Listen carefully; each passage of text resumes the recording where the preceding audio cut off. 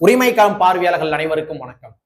இன்னைக்கான அரசியல் களத்துல எது சம்பந்தமாக விவாதிக்க போறோம் அப்படின்னா, விடுதலை சிறுத்தைகள் கட்சி உடைபடுகின்றதா?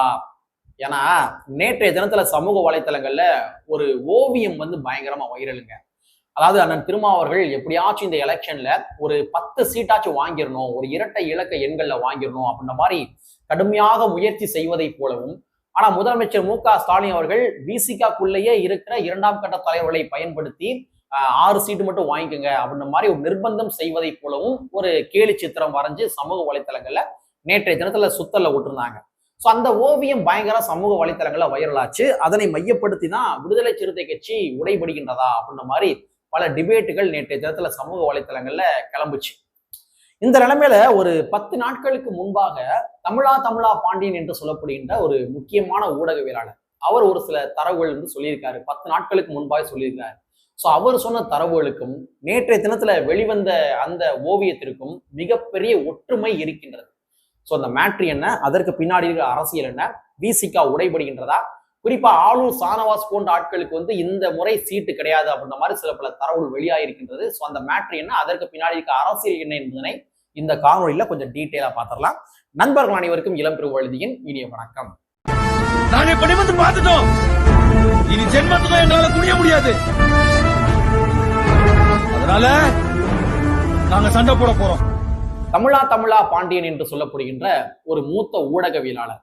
அவர் மத்தவங்க மாதிரி கிடையாது. அதாவது மூத்த ஊடகவியலாளர் போட்டுக்கிடுவாங்க, ஆனா குறிப்பிட்ட ஒரு கட்சிக்கு மட்டும் சொம்படிப்பாங்க இல்லையா, அந்த மாதிரி அவர் கிடையாது. நிறைய தரவுகள் எல்லாமே நடுநிலைத்தன்மையோட சொல்வார். ஸோ அந்த தமிழா பாண்டியன் அவர்கள் ஒரு 10 நாட்களுக்கு முன்பாக ரிஃப்ளெக்ட் வாய்ஸ் என்று சொல்லப்படுகின்ற ஒரு யூடியூப் சேனலுக்கு பேட்டி கொடுக்கிறாரு. ஏறக்குறைய ஒரு 30 நிமிட பேட்டிங்க. அந்த 30 நிமிட பேட்டியிலுமே விசிகா சம்பந்தமாக தான் பல்வேறு வகையான தரவுகளை சொல்லியிருக்கிறார். ஸோ இந்த தரவுகள் யாருக்கு ஷாக்கிங்கா இருக்குதோ இல்லையோ, விசிகா காரர்களுக்கு மிகப்பெரிய ஒரு ஷாக்கிங். ஏன்னா அந்த அளவுக்கு நிறைய தரவுகள் சொல்லியிருக்காரு. அவர் என்ன சொல்றாரு அப்படின்னா, அதாவது விடுதலை சிறுத்தைகள் கட்சிக்குள்ள திராவிட முன்னேற்ற கழகத்தினுடைய உளவாளிகள் நிறைய பேர் இருக்கிறாங்க அப்படின்னு சொல்றாரு. விசிகா உள்ள இருக்கிற எம்எல்ஏக்கள், அதே மாதிரி 2ஆம் கட்ட தலைவர்கள், இவங்கள முக்காவாசி நபர்களை திராவிட முன்னேற்ற கழகம் விலைக்கு வாங்கிட்டாங்க அப்படின்னு சொல்லி குற்றச்சாட்டை சொல்றாரு. அண்ணன் திருமாவர்கள் இந்த எலெக்ஷன்ல எப்படியாச்சும் இரட்டை இலக்க எண்கள்ல சீட்டு வாங்கிடணும் அப்படின்னு சொல்லி கடுமையா அவர் போராடுறாரு. ஆனா விசிகால இருக்கிற திமுக உளவாளிகள், இல்லைங்க நமக்கு 6 சீட்டு போதும், இந்த எலெக்ஷன் நம்ம 6 சீட்டை மட்டும் வாங்கிக்கிடுவோம், அகலக்கால் வைக்க வேணாம் அப்படின்னு சொல்லி அண்ணன் திருமாவர்களுக்கு நிர்பந்தம் அளித்து கொண்டிருப்பதாக தமிழா பாண்டியன் அவர்கள் ஒரு குற்றச்சாட்டை முன்னாடி வைக்கிறார். அது மட்டும் கிடையாது, விசிகால இருக்கிற அந்த 2ஆம் கட்ட தலைவர்கள் இருக்காங்க இல்லையா, சோ இவங்களை வைத்து விசிகாவை எப்படியாவது உடைத்து விட வேண்டும். அதாவது அண்ணன் திருமாவர்கள் அந்த இரட்டை இலக்க எண்கள்ல கேட்கிறார் இல்லையா, இல்ல நாங்க இத்தனை சீட்டு தான் தருவோம் அப்படின்னு திமுக சொல்றாங்க இல்லையா, அந்த சீட்டுக்கு திமுக கொடுக்கிற சீட்டுக்கு அண்ணன் திருமாவர்கள் ஒப்புக்கொள்ளவில்லை என்றால் விசிகால இருக்கிற 2ஆம் கட்ட தலைவர்களை வைத்து விசிகாவை உடைப்பதற்கு திமுக வேலை பார்த்து கொண்டிருக்கின்றார்கள் அப்படின்னு சொல்லி தமிழா பாண்டியன் அவர்கள் ஒரு 30 நிமிட பேட்டியில நிறைய தரவுகள் சொல்றாரு. சோ இந்த மாதிரி தமிழா பாண்டியன் சொல்றாரு. இதுல எவ்வளவு தூரம் உண்மைத்தன்மைகள் இருக்கின்றது. எப்பயுமே இது போன்ற ஒரு டிபேட்டுகள் கிளம்புது அப்படின்னா அதுக்கு ஏதோ ஒரு இடத்துல ஒரு சில காரணங்கள் இருக்கும். சோ அந்த காரணங்கள் என்ன அப்படின்றத நம்ம கொஞ்சம் விவாதம் பண்ணிடுவோம். முதல்ல தமிழா பாண்டியன் அவர்கள் சொல்லுகின்ற மாதிரி விசிகாவை உடைப்பதற்கு திராவிட முன்னேற்ற கழகம் சதி செய்து கொண்டிருக்கின்றதா அப்படின்றத பார்த்துருவோம். ஒருவேளை திமுகவுக்கு விசிகாவை உடைப்பது நோக்கமா இருக்கலாம், இல்லாமையும் கூட போகலாம். ஆனா திமுகவுக்கு விசிகாவை உடைக்க வேண்டும் என்பது ஒரு பகல் கனவாதான் கடைசி வரைக்கும் இருக்கும். விசிகாவை ஒருபோதும் அண்ணன் திருமாவர்கள் இருக்கும் வரை உடைக்க முடியாது. ஏன்னா விசிகாவை பொறுத்த வரைக்கும் அண்ணன் திருமாவர்கள் மட்டும்தான் பிராண்டு. அவர் மட்டும்தான் பிராண்டு, வேற யாரும் பிராண்டு கிடையாது. அண்ணன் திருமாவர்கள் மட்டும்தான் பிராண்டு. சாதாரணமா ஒரு கடைக்கோடி கிராமத்துல போய் நீங்க அந்த கடைக்கோடி மனிதர்கள்ட்ட நீங்க கேட்டு பாருங்க, அவங்களுக்கு திருமாவளவனை மட்டும்தான் தெரியும். விசிகால திருமாவளவன் அவர்களை மட்டும்தான் தெரியும். இதோட பின்ன அங்க இருக்கிற லோக்கல் நிர்வாகிகளை வேணா தெரியும். ஆனா விசிகால அண்ணன் திருமாவளவனை மட்டும்தான் தெரியும். 2ஆம் கட்ட தலைவர்கள் என்று சொல்லிக் கொள்கின்ற நபர்களை பெரும்பாலும் சாதாரண சாமானிய மனிதர்களுக்கு ஒருபோதும் தெரியாது. விசிகா பொறுத்த வரைக்கும் அண்ணன் திருமாவர்கள் மட்டும்தான் பிராண்டு. அவர் இருக்கிற வரைக்கும் அவர் மட்டும்தான் பிராண்டு. நான் ரொம்ப வெளிப்படைத்தன்மையோடய சொல்றேன். சாதாரண கிராமங்கள்ல போய் நீங்க விசிகாவுடைய அந்த 4 எம்எல்ஏ கூடிய பேரை சொல்லி கேட்டு பாருங்க, பெரும்பாலும் அவங்களுக்கு தெரியாது. நம்ம அண்ணன் யாரு ஓட்டு போட சொல்லாரோ ஓட்டு போடுவோம், இவ்வளவுதான் அவங்களுடைய நோக்கமாக இருக்கும். அந்த அண்ணன் யாரா, அது அண்ணன் திருமாவர்கள் மட்டும்தான். மற்றபடி 4 எம்எல்ஏக்களை சொன்னா தெரியாது, எம்பிக்களை சொன்னா தெரியாது, 2ஆம் கட்ட தலைவர்களை சொன்னா தெரியாது, வேற யாருக்கும் தெரியவே தெரியாது. அண்ணன் திருமாவர்கள் மட்டும்தான் பிராண்டு. அதனால அண்ணன் திருமாவர்கள் இருக்கின்ற வரைக்கும் இந்த 2ஆம் கட்ட தலைவர்களை வைத்து விசிகாவை உடைத்து விடலாம் அப்படின்னு சொல்லி ஒருவேளை திமுக நினைத்தார்கள் என்றால் அது அவர்களுக்கு தன்னுடைய வாழ்நாள் முழுவதும் பகல் கனவாக மட்டும்தான் இருக்க முடியும். ஏன்னா விசிகால பயணித்த நபர் தான் செல்வ பெருந்தகை. விசிகால பயணித்த நபர் தான் இங்க திருவள்ளுவன் என்று சொல்லப்படுகிற ஒருத்தர் இருந்தாரு. அவரு விசிகால பயணித்த நபர். விசிகால பயணித்த நபர் தான் தடா பெரியசாமி. விசிகால பயணித்த நபர் தான் ஆதவ் அர்ஜுன் அவர்கள். ஸோ இன்னைக்கு இவங்கெல்லாம் போனாங்க. அவங்க பின்னாடி எத்தனை நபர்கள் போயிட்டாங்க. அதனால விசிகாவை 2ஆம் கட்ட தலைவர்களை வைத்து உடைக்க முடியும் அப்படின்னு திமுக ஒருவேளை எண்ணினால், நான் அவங்க என்றாலும் சொல்லல, ஒருவேளை எண்ணினால் அது தன்னுடைய வாழ்நாள் முழுவதும் திமுகவிற்கு வெறும் பகல் கனவாக மட்டும்தான் இருக்க முடியும். சரிங்களா? சரி. சோ தமிழா பாணி அவர்கள் சொன்னதுல இந்த விடயத்தை நம்ம கிளாரிட்டி கொடுத்துருவோம். சரி. அதே மாதிரி தமிழா பாணி அவர்கள் சொல்றாரு இல்லையா, நிறைய உளவாளிகள் இருக்கிறாங்க. அவங்க அண்ணன் திருமாவளவன் நிர்பந்தம் கொடுக்குறாங்க. இந்த மாதிரி நீங்க 6 சீட்டு மட்டும் வாங்கிக்கங்கன்னு சொல்லி நிர்பந்தம் கொடுக்குறாங்க. இந்த மாதிரி குற்றச்சாட்டை சொல்றா தெரியுமா? இந்த குற்றச்சாட்டை எந்த யூகத்தின் அடிப்படையில் சொல்றாரு? இதை நம்ம கொஞ்சம் விவாதம் பண்ணுவோம். திமுக எப்பொழுதுமே எல்லா கட்சிகளுக்குள்ளுமே உளவாளிகள் வச்சிருப்பாங்க. எல்லா கட்சிகளுக்குள்ளேயும் வச்சிருப்பாங்க. இது ரியல் ஃபேக்ட். நீங்க காங்கிரஸ் கட்சி எடுத்துங்க. காங்கிரஸ் கட்சியில திமுக முகம் யாரு? செல்வ பெருந்தகை அவர்கள். அதே மாதிரி இங்க பாமகக்குள்ள வீசிய திமுகவுடைய முகம் யாரு? ஒரு சில பேர் இருக்காங்க.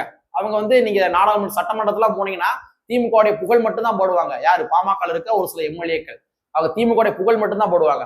மதிமுகலையும் அதே மாதிரி உளவாளி வச்சிருக்கிறாங்க. இந்த மாதிரி ஒவ்வொரு கட்சிகளுக்குள்ளயுமே திராவிட முன்னேற்ற கழகம் எப்பொழுதுமே உளவாளிகளை வைத்திருப்பார்கள்.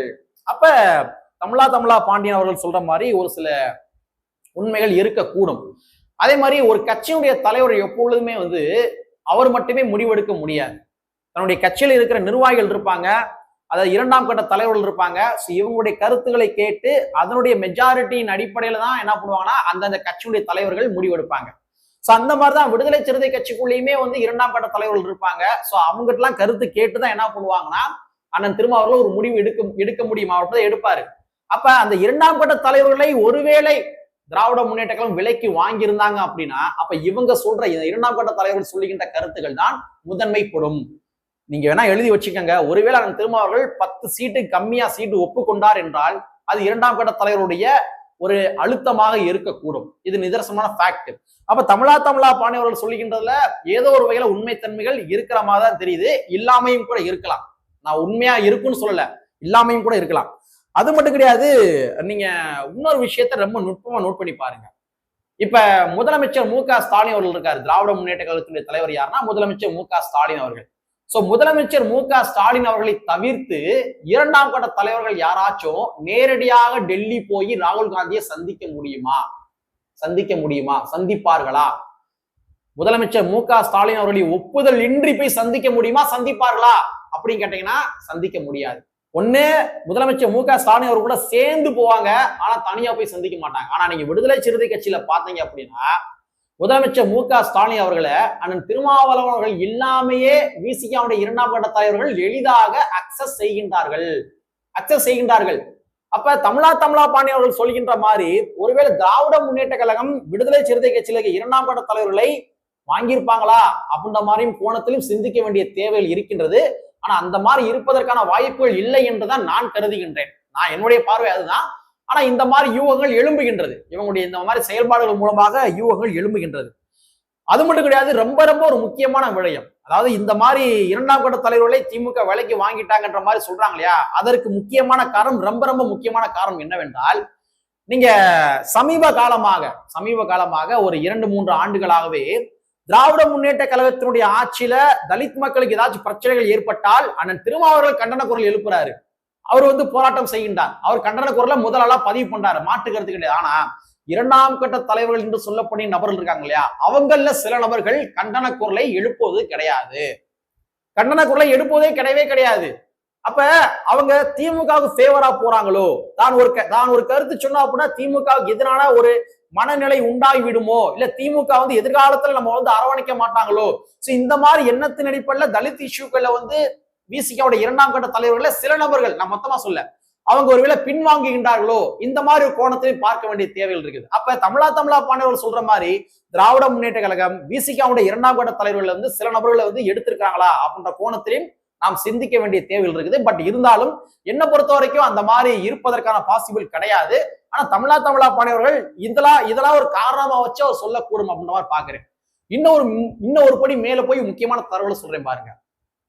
அண்ணன் திருமாவர்களுக்கு எதிராக ஏதாச்சும் திமுகவுடைய முக்கியமான ஆட்கள் கருத்து சொல்லிட்டாங்க அப்படின்னா பிசிகால இருக்க இரண்டாம் கட்ட தலைவர்கள்ல பெரும்பாலான நபர்கள் யாருமே எதிர்கருத்து சொல்லுவது கிடையாது. ரொம்ப சிம்பிள். சமீபத்துல ராசா அவர்கள் அண்ணன் திருமாவர்களை சாதிய தலைவர் அப்படின்னு சொல்லி அப்பட்டமாவே பேசினாரு. பிசிகாவுடைய இரண்டாம் கட்ட தலைவர்கள் எத்தனை நபர்கள் ராசா அவர்களுக்கு எதிராக கருத்து சொன்னாங்க? எத்தனை பேர் கருத்து சொன்னாங்க? சில நபர்கள் சொன்னாங்க. நான் ஒட்டுமொத்தமா சொல்லல, சில நபர்கள் சொன்னாங்க. ஆனா சில நபர்கள் சொல்லவே இல்லை. அப்ப அந்த சில நபர்கள் ஒருவேளை திராவிட முன்னேற்ற கழகத்துடைய ஆதரவாளர்களாக இருக்கக்கூடுமோ? ஏங்க, அந்த திருமாவர்கள் விசிகாவுடைய பிராண்டுங்க. அவரெல்லாம் விசிகாவே கிடையாதுங்க. அவரவே சாதி தலைவர் அப்படின்னு சொல்லி ராசா சொல்றாரு. ஆனா ராசா அவர்களுக்கு எதிராக எத்தனை நிர்வாகிகள் கருத்து சொன்னாங்க? விசிகாவுடைய இரண்டாம் கட்ட தலைவர் கருத்து சொன்னாங்க. ஒரு சில நபர்களை தவிர ஒரு சில நபர்கள் சொல்லல. அப்ப அந்த ஒரு சில நபர்கள் இருக்காங்க இல்லையா, கருத்து சொல்லாத ஒரு சில நபர்கள், அவங்க திராவிட முன்னேற்ற கழகத்தினுடைய ஒரு பின்னணியில் இயங்கக்கூடிய நபர்களாக இருப்பார்களோ என்ற ஒரு கோணத்தில் சிந்திக்க வேண்டிய தேவைகள் இருக்கின்றது. அந்த ஒரு கோணத்துலதான் தமிழா பாண்டியவர்கள் சொல்லியிருப்பாரோ அப்படின்ற மாதிரியும் கூட நம்ம பார்க்க வேண்டிய தேவைகள் இருக்குது. கூடுதலாக இன்னொரு முக்கியமான தரவுகளை தமிழா பாண்டியவர்கள் சொல்றாரு. இந்த முறை 4 எம்எல்ஏக்களுக்குமே சீட்டு கிடையாது. 4 எம்எல்ஏக்குமே கிடையாது. குறிப்பா ஆளு சானவாஸ் அவர்களுக்குமே கிடையாது சொல்றாரு. ஆளு சானவாஸ் அவர்களை எதற்காக ஒரு பின் பாயிண்ட் பண்ணி சொல்றாரு அப்படின்னா, ஆளு சானவாஸ் அவர்கள் இதுவரைக்கும் பட்டியல் சமுதாய மக்களுடைய பிரச்சனைகள்ல ஏதாச்சும் ஒரு குரல் எழுப்பி இருக்கிறாரா, தன்னிச்சையான போராட்டங்கள் செய்திருக்கின்றாரா, இல்ல கண்டன பதிவேற்றம் செய்திருக்கின்றாரா அப்படின்னா நமக்கு கிடைக்கப்படுகின்ற தரவுகள் மிக மிக கம்மிதான். பெரும்பாலும் திராவிட முன்னேற்ற கழகத்துக்கு ஏதாச்சும் பிரச்சனை என்றால் அது ஆளு சானவாஸுடைய வாய்ஸ் மிக அதிகமாக இருக்கும். சோ இந்த ஒரு கோணத்துல என்ன பண்றாருன்னா தமிழா பாண்டியவர்கள் ஒரு குற்றச்சாட்டை முன்னாடி வைக்கிறாரு. பட் இருந்தாலும் என்ன பொறுத்த வரைக்கும் ஆளு சானவாஸ் ஒரு ஆகச்சிறந்த ஒரு கருத்தியலாளர், அதுல மாற்றுக்கிறது கிடையாது. ஆனா தமிழா பாண்டியவர்கள் இந்த ஒரு கோணத்துல பார்க்கின்றார். அதாவது ஆளு சானவாஸ் அவர்கள் தலித் இஷ்யூல குரல் எழுப்புவதே கிடையாது.